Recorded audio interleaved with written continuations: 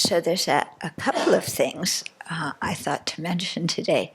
One was I was thinking about some of our Buddhist friends talk a lot about humanistic Buddhism, making Buddhism relevant to our present world.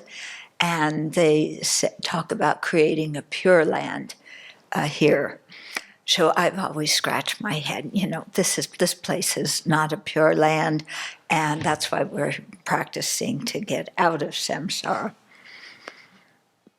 But then I thought also, gee, if I looked at this place, not as, okay, if I had pure view, it would look like a pure land. But even if I don't have pure view, if I wanted to make a nice environment to invite all the Buddhists to, like we received these tankas of the 21 Taras, and we're inviting all the Taras to come to the Abbey.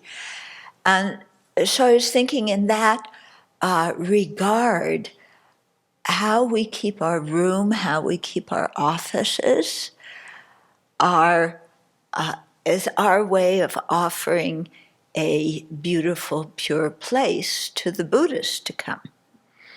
Whereas if our rooms are a mess and beds aren't made and clothes on the floors and desks, you can't even see the top of the desk because there's papers all over the place.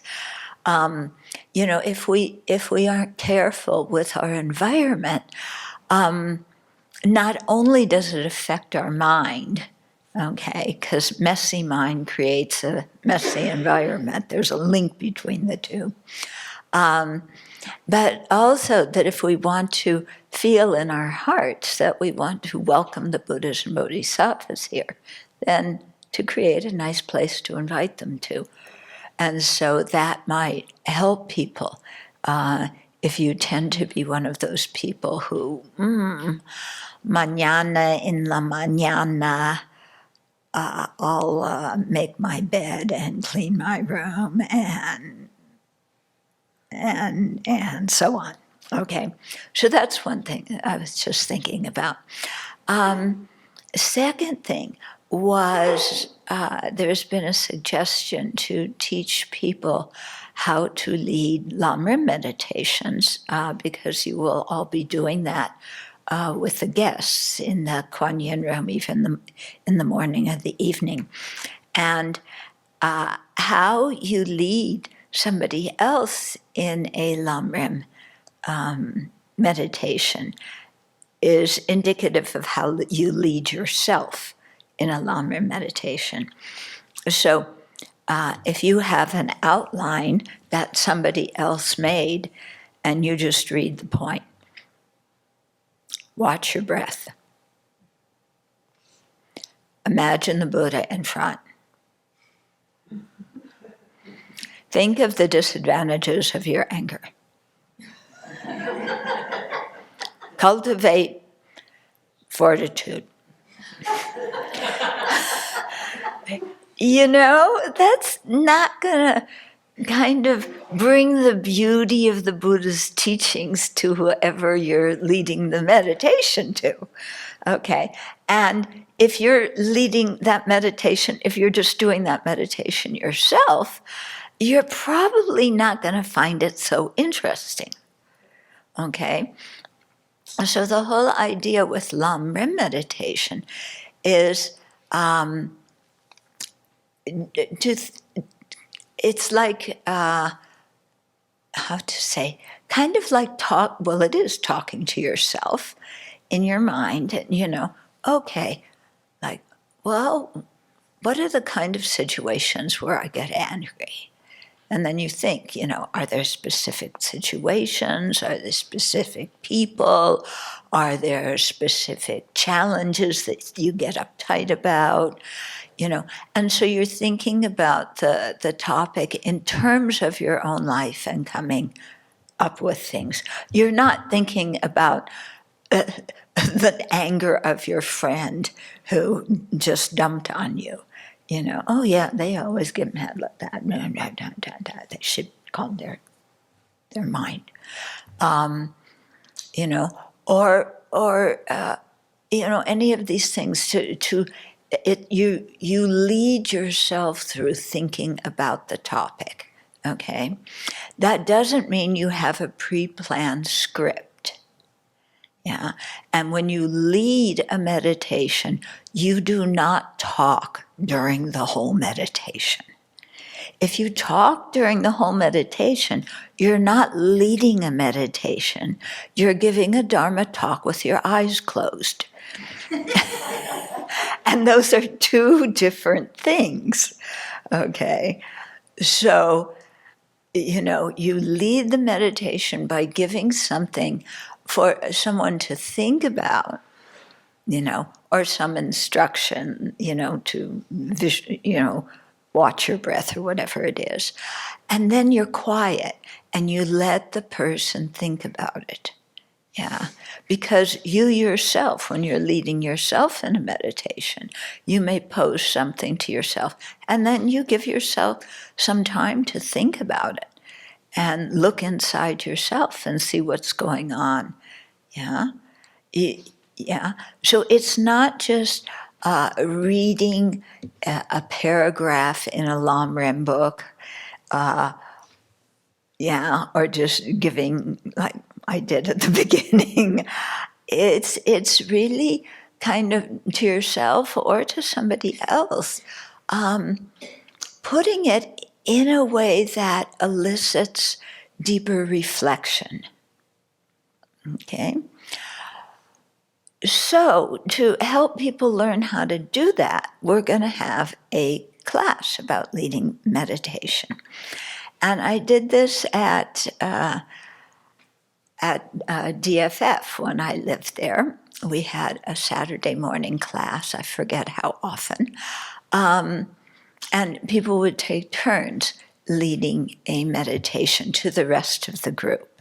And then the rest of the group would be, you know, listen to do the meditation along with it. And then at the end, we would get feedback to that person about not only the content of their meditation, but about their voice. You know, were they screaming? Were they whispering? Were they talking too much? Were they, you know, what was going on? And give them feedback. And also, and this was really fun, I was so naughty. We acted like the new Dharma students often act when they're being led through a meditation.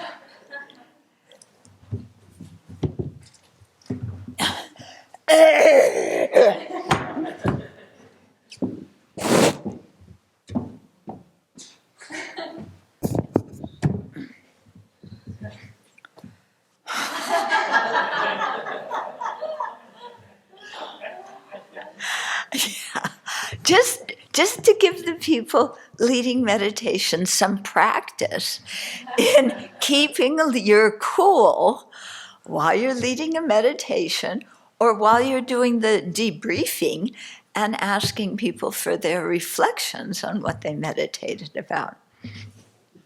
Okay, so that I enjoyed that part when I was in the audience.